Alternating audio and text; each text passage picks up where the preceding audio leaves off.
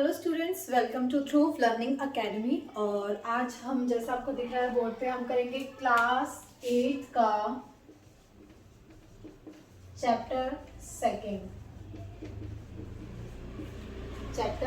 Second micro organism friends and home. सूक्ष्म जीव मित्र एवं शत्रु। इसको हम पूरा वही मैं बताऊंगी, सीटेट और एसटेट को, और हमारे जो DSSC वगैरह है, जितने भी हमारे टेस्ट है, सबको हम थोड़ा सा कॉम्पिटिटिव एग्जाम्स को सामने रखते हुए करेंगे। बाकी 8th क्लास के बच्चों के लिए भी वीडियो बहुत यूजफुल है।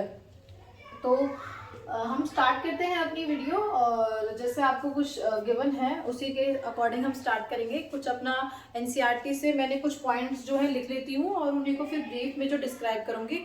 तो इससे क्या होगा, आप अगर इन्हें ढंग से समझेंगे तो आपको NCERT को बहुत डिटेल में पढ़ना नहीं पड़ेगा। पढ़ो, आपकी चॉइस है, बाकी इससे आपकी ऑलमोस्ट NCERT कवर हो जाएगी। तो सूक्ष्म जीव क्या होते हैं? सूक्ष्म जीव मतलब ऐसे जीव जिन्हें हम नेक आई से नहीं देख सकते या फिर नंगी आंखों से नहीं देख सकते। लाइक जैसे अभी मैं अपनी आंखों से देखूं तो वो हमें नहीं दिखेंगे। बहुत छोटे होते हैं, बहुत माइन्यूट से होते हैं आपके सूक्ष्म जीव। तो सूक्ष्म जीव को किसकी हेल्प से देखा जाता है? सूक्ष्म जीव को सूक्ष्मदर्शी की सहायता से देखा जाता है। लाइक जब आप छोटे होंगे, क्लास 8 में होंगे, उनके लिए, या फिर जो बच्चे अभी 8th के बच्चे इस वीडियो को देख रहे हैं, आपने स्कूल में भी देखा होगा, एक सूक्ष्मदर्शी होता है, माइक्रो ऑर्गेनिज्म को दिखाने के लिए होता है माइक्रोस्कोप। नाम जो है थोड़ा सा हो गया, तो सूक्ष्मदर्शियों को दिखाने के लिए होता है। तो सूक्ष्म जीवों को दिखाने के लिए सूक्ष्मदर्शी यंत्र होता है। तो उसमें हम क्या करते हैं, हम अनियन की पील्स देखते हैं, शेल्स देखते हैं। तो वो क्या होते हैं, आपके जो ऐसे जीव जो बहुत ही छोटे होते हैं और इजीली हम उन्हें नहीं देख सकते। बाकी सूक्ष्म जीव को यहाँ पे जो कैटेगरी किया गया है, 5 पार्ट्स में किया गया है। कौन कौन से होते हैं मेनली आपके, ये तो आप याद ही कर लो कि कितने टाइप्स के होते हैं। 5 टाइप्स के होते हैं और इनके नाम याद कर लो, क्योंकि ये सीटेट कॉम्पिटिटिव एग्जाम से पूछे जाते हैं। इसके अलावा जो 8th क्लास का पेपर होता है उसमें भी पूछे जाते हैं कि माइक्रो ऑर्गेनिज्म कितने प्रकार के होते हैं और उनके कौन कौन से टाइप होते हैं। कॉम्पिटिटिव में घुमा के क्वेश्चन पूछेंगे। तो ये 5 टाइप्स के होते हैं: बैक्टीरिया, वायरस, फंजाई और आपका प्रोटोजोआ और एल्गी। ठीक है। तो बैक्टीरिया तो मेनली क्या होता है, उसकी उसकी क्लासेस में कौन आता है? बैक्टीरियम आता है। देखो इनके नाम मैंने हिंदी में इसलिए नहीं लिखे कि बैक्टीरिया को इंग्लिश में बैक्टीरिया बोलते हैं, हिंदी में भी बैक्टीरिया बोलते हैं। ठीक है। तो बैक्टीरियम का भी सेम यही है। फंजाई कहाँ कहाँ होती है? ब्रेड माउल्ड में, पेनिसिलियम और एस्परजीलियस। इनके भी यही नाम है, मतलब इनको हिंदी में इनका कुछ और ट्रांसफॉर्मेशन नहीं है नाम का, तो सिर्फ हिंदी में वो लिखने का तरीका है। ब्रेड माउल्ड जैसे कि देखा ना आपने, ब्रेड है, अगर वो थोड़े से ह्यूमिड एटमॉस्फेयर में रहे तो वहाँ पे फंगस आ जाती है, that is called your fungi. रोटियां भी जैसे कपड़े में रख देते हैं और उनमें 2-3 दिन बाद देखो तो आप फंजाई आ जाती है, फंगस। प्रोटोजोआ, प्रोटोजोआ में क्या आता है? अमीबा और पैरामीशियम। अमीबा को अमीबा ही लिखेंगे, पैरामीशियम को पैरामीशियम ही लिखेंगे। और एल्गे में क्लाइडोमोनास और स्पाइरोगायरा, इनको भी हिंदी में यही लिखते हैं। तो इसलिए मैंने इनका हिंदी में जो नाम नहीं लिखा वो मुझे lot of waste of time लगा। और वायरस, वायरस तो अलग अलग प्लेसेस पर हो सकते हैं। जैसे ये तो प्लांट्स में भी हो सकते हैं, ये तो एनिमल्स में भी हो सकते हैं, ये तो आपके बैक्टीरिया में भी हो सकते हैं। मतलब इनका तो अलग अलग प्लेस है। मानो जैसे कि आजकल अभी 2-3 साल पहले जब कोरोना बहुत चला था, वो क्या था? वो वायरस से, वो जो कॉज हुआ था वो किससे हुआ था? वायरस से ही कॉज हुआ था। तो वायरस से ही कॉज हुआ था। तो क्या था कि इंसान, एक वायरस है, वो क्या कर रहा है, टच करने से या फिर ब्रीथ करने से वो दूसरे में एंटर कर रहा था। तो कहने का मतलब ये तो किसी में भी हो सकता है, प्लांट्स में, एनिमल्स में, इसका तो अलग अलग प्लेस है। एक्चुअली में ये क्या करता है, ये अच्छा खासा होता है और दूसरी जो ऑर्गेनिज्म है, लिविंग ऑर्गेनिज्म है, उसमें जाता है, एक तरह से होस्ट बन के जाता है और उसको अपना कब्जा कर लेता है। ठीक है। तो वायरस तो अलग होता है। दूसरा जैसे प्लांट्स में आपने सुना होगा कसकटा, अमरबेल। ठीक है, बहुत इंपॉर्टेंट बता रही हूँ, अमरबेल से क्वेश्चन आता है। अमरबेल का आगे आएगा, वो भी जस्ट एकदम से पढ़ाते हुए तो मेरे रिदम में आ गया, तो इसलिए बता रही हूँ, इसलिए यहाँ पे नहीं लिखा हुआ क्योंकि वो आगे आएगा। अमरबेल जो होती है वो क्या होती है, खुद तो वैसे वो येलो कलर की डेड सी होती है, उसमें इतना कोई अपना है नहीं न्यूट्रिशन वगैरह, तो बट अगर उसको इतना भी पीस आप जो है किसी ग्रीन प्लांट्स पे डाल दो, वो बहुत जल्दी ग्रो करती है और अपने आप को एकदम ग्रीन कर लेती है और लेंथ उसकी बहुत बढ़ जाती है। क्यों करती है? वो जो भी प्लांट जिस पर उसको डाला है ना, वो उस प्लांट्स का सारा न्यूट्रिएंट्स लेती रहती है। ठीक है, तो जो सारे न्यूट्रिएंट्स लेंगे तो वो अपनी ग्रोथ अच्छी खासी कर लेती है। तो वो क्या करते हैं, एक तरह से वो भी लिविंग है, दूसरी लिविंग पर जाकर उसको डेड हो जाए इस हालत में कर देती है और खुद अपना ग्रो करती है। तो प्लांट्स में बता दिया, एनिमल्स में मैंने कोविड का एग्जांपल दे दिया।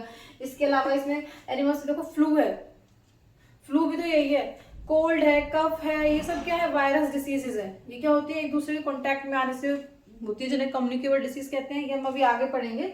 अभी फिलहाल जो सिर्फ बोर्ड पे मैंने आपको ढूंढ ढूंढ के एनसीईआरटी में से एक पॉइंट लिखा, उसको डिस्क्राइब कर रही हूँ। आगे डिस्क्राइब करेंगे, कोई प्रॉब्लम नहीं है। अच्छा, सूक्ष्म जीव हो गया, क्या होते हैं? जिन्हें हम नेक्ड आई से नहीं देख सकते, 5 प्रकार के हो गए। अभी इनमें बता दिया कहाँ कहाँ होते हैं। दूसरा, मित्र एवं शत्रु। मित्र भी होते हैं हमारे माइक्रो ऑर्गेनिज्म और शत्रु भी होते हैं। मित्र ये कब होंगे? जब हमारे लिए हेल्पफुल होंगे। शत्रु ये कब होंगे? जब हमारे लिए हार्मफुल होंगे। तो अभी इस वीडियो में हम फिलहाल इसे क्या कर लेते हैं, पहले हम इसके हेल्पफुल हमारे लिए कहाँ कहाँ हेल्प करते हैं। देखो, फर्स्ट जो पॉइंट है सॉइल फर्टिलिटी। सॉइल फर्टिलिटी में ये हमारा जो है बहुत हेल्प करते हैं, यानी कि जो मिट्टी की उर्वरक क्षमता है उसमें। जैसे देखिए, मैंने कल जो आप वीडियो देखोगे क्रॉप प्रोडक्शन की, उसमें बताया था कि एक राइजोबियम बैक्टीरिया होता है, तो इम्पॉर्टेंट है वो मैंने वहीं बता दिया था। एक राइजोबियम बैक्टीरिया होता है, वो बहुत इंपॉर्टेंट होता है, जो क्या करता है, नाइट्रोजन को फिक्सेशन काम करने में आता है। बट है तो ये भी बैक्टीरिया, तो ये है हमारे लिए यूजफुल। दूसरा, मिट्टी में ना बहुत छोटे छोटे माइक्रो ऑर्गेनिज्म होते हैं, अर्थवॉर्म, तुम्हारा ये सब क्या करते हैं, मिट्टी को लूज करने का काम करते हैं। तो इससे भी क्या होता है, मिट्टी की सॉइल फर्टिलिटी रिगेन होती है। और मिट्टी की सॉइल फर्टिलिटी के लिए क्या करते हैं, बहुत सारे केमिकल्स डालते हैं, जो किससे बने होते हैं, कहीं ना कहीं माइक्रो ऑर्गेनिज्म से ही बने होते हैं। तो इसलिए हमारे लिए हेल्पफुल है माइक्रो ऑर्गेनिज्म। दूसरा, माइक्रो ऑर्गेनिज्म क्या करते हैं, जैसे बैक्टीरिया होते हैं ना, वो क्या करते हैं, जो भी प्लांट्स ग्रो हुए, एक लिमिट होती है, वो काटे जाते हैं या अपने आप ही डेड हो जाते हैं, तो वो धरती में गिर जाते हैं। लीव्स होती हैं, छोटे छोटे स्टेम होते हैं, तो क्या होते हैं, उन्हें क्या कहते हैं, डिकम्पोज होना शुरू करते हैं। और अंदर जो बैक्टीरिया होते हैं ना, मिट्टी के अंदर जो बैक्टीरिया होते हैं, वो उन्हें डिकम्पोज करना स्टार्ट कर देते हैं और वो अच्छे खासे हमारे ह्यूमस बन जाते हैं मिट्टी के अंदर। तो मिट्टी क्या होती है, फर्टाइल हो जाती है, तो सॉइल फर्टिलिटी में काम आते हैं।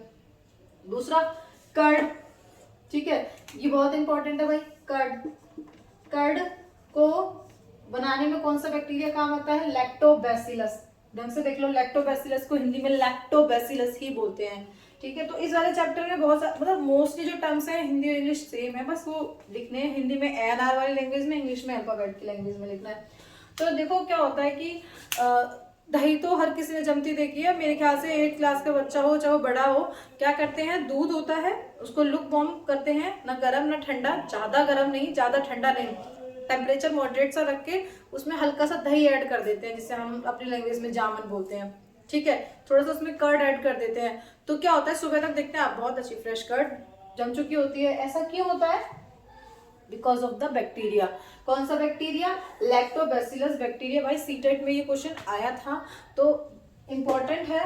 ठीक है, इसके टाइप्स इंपॉर्टेंट है, उसके बाद आपका ये इंपॉर्टेंट है, राइजोबियम इंपॉर्टेंट है, अमरबेल कस्कटा इंपॉर्टेंट है, तो ये तुम्हें पता होना चाहिए फॉर द सीटेट एग्जाम। ठीक है, आगे देखिए इसमें और हमारे लिए किस लिए इंपॉर्टेंट है, ये फर्मेंटेशन के लिए इंपॉर्टेंट है। फर्मेंटेशन यानी कि किण्वन, फर्मेंटेशन को हिंदी में फर्मेंटेशन नहीं बोलते, किण्वन बोलते हैं। ठीक है, फर्मेंटेशन में क्या होता है, सबसे पहले किसने डिस्कवर किया फर्मेंटेशन को, लुईस पास्चर ने डिस्कवर किया। इसके चांसेस कम है क्योंकि ये आया नहीं है, बट नेम है तो आ सकता है, तो कर लेना।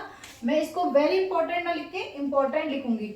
ठीक है, किसने फर्मेंटेशन की खोज की, लुईस पास्चर ने फर्मेंटेशन की खोज की। कब की, 1857 में की। कैसे याद रहेगा, 1857 की क्रांति, वो तो हर किसी को याद है। मैं खुद को SST जो है बहुत बेकार लगती है, मैं उसको नहीं पढ़ सकती, बट मुझे भी याद है। देखो 1857 की क्रांति, 1947 में, 1947 में देश, मतलब कुछ छोटी छोटी चीजें हर किसी को याद है, मुझे याद है तो सबको हो गए एक्चुअली SST में। 1857 की क्रांति से याद कर लेना, लुईस पास्चर ने फर्मेंटेशन को डिस्कवर किया था। फर्मेंटेशन क्या होता है, इसमें क्या होता है, शुगर को अल्कोहल में चेंज करते हैं। शुगर को अल्कोहल में चेंज करते हैं। इसमें कौन सा माइक्रो ऑर्गेनिज्म काम आता है? यीस्ट काम आता है भाई। अगेन वेरी इंपॉर्टेंट, अगेन जो है ये बहुत बहुत इंपॉर्टेंट हो गया कि शुगर को अल्कोहल में कन्वर्ट कौन करता है? यीस्ट करता है। ठीक है, कैसे? देखो बहुत पहले ना क्या होता था, ये देखो जो हमारी ये शराब वगैरह बनती है, अल्कोहल ही नहीं कहते हैं, वाइन हो गई, आजकल तो बहुत रेड वाइन हो गई, मतलब तरह तरह की वैरायटीज आ रही हैं आजकल। ये क्या हो रहा है कि इनमें अल्कोहल कम है, मतलब पीने वालों के व्यूज इनमें अल्कोहल कम है, बट आप देखो बॉटल पे हाँ 13%, 14%, 30%, 35% अल्कोहल तो हर किसी में होता है। ये क्या एक्चुअली फ्रूट से बनाई जा रही है, fruits like grapes, Apple fish किसकी बनती है, इनको क्या किया जा रहा है? इनको सड़ाया जा रहा है, इनको फर्मेंट किया जा रहा है, और फिर क्या होता है? फिर जब इनसे वाइन बनाई जा रही है, रेड वाइन, अल्कोहल ये बनाया जा रहा है। बट अगर हम बहुत पहले की बात करें, जो बहुत लंबे समय से चलता है, पहले क्या करते थे, जौ की फसल होती है ना, जौ की फसल उसे काटते थे, मतलब उसको उगाया ही इस प्रोसेस से जाता था कि उसका हमें अल्कोहल बनाना है। उसको काटते थे, पहले उसको ग्रो करते थे, फिर काटते थे, फिर ना खेत में जगह जगह छोटे छोटे पिट्स बना के, गड्ढे बना के, पानी भर के उसमें, और उनको डाल देते थे। ठीक है, फिर क्या होता था? वो पानी में वही फसल सड़ती रहती थी। देखो पानी है तो वो सड़ेगी, ओब्वियसली फर्मेंट होती रहेगी। फिर वहां पे क्या होता था? अच्छी तरह से उसमें स्मेल आने लग जाती थी, फर्मेंट हो जाती थी, तब उसको आगे फैक्ट्रीज में जो है बनाने के लिए यूज करते थे अल्कोहल। तो जो मीठा होता है एक्चुअली में, और लाइक शुगर के, गन्ने का भी बहुत यूज करते हैं, वो कितना मीठा होता है। तो शुगर को किस में कन्वर्ट करते हैं? ये अल्कोहल में कन्वर्ट करते हैं। किसकी हेल्प से करते हैं? यीस्ट की हेल्प से करते हैं। This process is called fermentation. ठीक है, नेक्स्ट है आपका एंटीबायोटिक।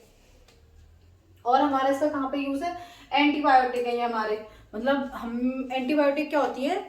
हमें कुछ बीमारी हुई और उसके लिए हम डॉक्टर के पास जाते हैं, भागे भागे। डॉक्टर क्या करता है? हमें 2-4 दवाएं लिख देता है। क्या करती है वो? सीधे के असर करती है हमारी उस डिसीज के, उस मेजर प्रॉब्लम पे जहां से वो स्प्रेड होना शुरू हो रही है। लाइक देखो मेरे को हो गया जुकाम खांसी बुखार हो गया, मैं गई डॉक्टर के पास, तो डॉक्टर मतलब कोई भी जब जाता है, आपके में छोटा बच्चा है, बड़े हैं, कोई आता है, तो आप देखोगे डॉक्टर बुखार के लिए पीसीएम देता है, चाहे वो क्रोसिन हो, ब्रूफिन हो, पैरासिटामोल, कुछ भी हो। ठीक है, इसके अलावा एक वो दे देता है आपको खांसी की दवाई, एक आपको देता है वो जुकाम की दवाई, नहीं स्प्रे वगैरह। साथ में आपने कभी देखा हो ना, वो देता है एजिथ्रोमाइसिन। ठीक है, एक एम्यूलो कुछ करके होती है, तो वो क्या है? वो जनरली आप छोटे बच्चों के में देखोगे ना, मतलब छोटे बच्चों की में और ओल्ड एज के बच्चों में देखोगे तो वो पाउडर सा होता है कांच की शीशी में या प्लास्टिक की में, उसमें वो साथ में सलाइन वाटर देते हैं और उसको उसमें डाल के, वो सॉरी डिस्टिल वाटर देते हैं, उसमें डाल के उसको शेक करना होता है, देनी होती है। क्योंकि क्या होता है, वो पाउडर के फॉर्म में होता है, उसमें पानी मिलाएंगे तो ज्यादा दिन तक वो स्टेबल नहीं हो पाएगा, क्योंकि वो माइक्रो ऑर्गेनिज्म से बनी है। फिर वही वाली बात है, फिर वो उसका बेनिफिट्स जो है वो हार्मफुल में बदल जाएगा। तो हमने देखा होगा वो एक एंटीबायोटिक देते हैं। एंटीबायोटिक हम अब एडल्ट एज में दवाई लेते हैं। ठीक है, क्यों देते हैं एंटीबायोटिक? कि ठीक है बुखार की जो है बुखार ठीक करेगी, जुकाम की दवाई जुकाम ठीक करेगी, बट वो जो एजिथ्रोमाइसिन जो एंटीबायोटिक है ना, वो क्या करेगी? जो एक्चुअली में कॉज है, मतलब हमें वायरस के, ऑब्वियस वैसे कोल्ड कफ वगैरह सब वायरस के कारण हुआ है, तो वायरस ने जहां पर हिट किया हुआ है वो क्या करेगी? दवाई सीधे वायरस को हिट करेगी, कि वायरस जो है अब अपने आप को, वायरस बहुत जल्दी अपनी प्रजाति को स्प्रेड करता है, भाई आओ मेजोरिटी में आओ, मेरे साथ आओ। तो ये बहुत ज्यादा जो है वैरायटी को स्प्रेड करता है, और इससे क्या होता है कि वो जो एंटीबायोटिक है वो उसका प्रोडक्शन ही रोक देती है, मतलब उसको स्प्रेड होना बंद कर देती है। तो फिर क्या होता है, जब वही अपना इफेक्ट कम कर देगा, वायरस ही खत्म हो गया, तो धीरे धीरे जुकाम वगैरह सब ठीक होता रहता है, बुखार वगैरह ना। तो ये एंटीबायोटिक जरूरी होती है। कौन कौन सी होती है? पेनिसिलिन होती है, स्ट्रेप्टोमाइसिन होती है, टेट्रासाइक्लिन होती है, एजिथ्रोमाइसिन होती है, इराइथ्रोमाइसिन, और जो मिलता है एजिथ्रोमाइसिन वो भी एंटीबायोटिक होती है। ठीक है, तो ये हो गया एंटीबायोटिक। अच्छा, मेनली किससे बनती है? ये बैक्टीरिया और फंजाई से बनती हैं। अच्छा, यहाँ से आ जाएगा, इसे मैं बहुत इंपॉर्टेंट इसलिए नहीं कह रही हूँ क्योंकि ये कभी आया नहीं है, और इम्पोर्टेंट इसलिए कह रही हूँ कि आ सकता है, वैसे ये इंपॉर्टेंट है। कि एंटीबायोटिक की इन्वेंशन किसने की? अलेक्जेंडर फ्लेमिंग ने की। कब की? 1929 में की। इसका मैं ईयर कैसे बताऊँ, याद कर लो, कर लेना। Alexander Fleming 1929। एक बार तो देना है सीटेट, एक बार देने के बाद तो वो आपका लाइफ टाइम क्लियर है, एक बार ढंग से पढ़ लो उसको। तो एस्टेट जो है 7 ईयर्स में होता है। 1929 अलेक्जेंडर फ्लेमिंग। ठीक है, क्या किया इन्होंने ऐसा? ये क्या करते थे? इन्वेंट करते थे, साइंटिस्ट थे तो खोज करते रहते थे। तो इन्होंने क्या किया, ये आराम से बैठे हुए थे, वायरसेस को खोज कर रहे थे। तो इन्होंने वायरसेस लिए हुए थे बहुत सारे, ठीक है, माइक्रो ऑर्गेनिज्म बहुत सारे लिए हुए थे कांच पे। 2-3 दिन के लिए लेफ्ट आउट कर दिया। तो इन्होंने देखा हल्की सी ना वहाँ पे ग्रे ग्रे कलर की जो है लेयर आ गई है, ग्रेइश कलर की ना। तो उन्होंने देखा बट कर क्या रही है, वो जो लेयर्स ग्रेइश कलर की आ गई थी, वो जो पहले से ही जो लाइव वायरस थे उनको वो खाना शुरू कर रही थी। तो इसका मतलब उन्होंने सोचा कि इन्हीं माइक्रो ऑर्गेनिज्म से ये एक जो ग्रेइश कलर की एक मेडिसिन बनी है जो इन्हीं के साथी हैं उनको अब खत्म कर रही है। तो उस ग्रेइश जो है उसका यूज किया एंटीबायोटिक बनाने में। तो ये किसने किया, अलेक्जेंडर फ्लेमिंग ने किया। ये तो हो गया इसका सारा हेल्पफुल। अब पढ़ेंगे इसके हार्मफुल इफेक्ट्स और कुछ इन सबसे होने वाली बीमारियों के बारे में।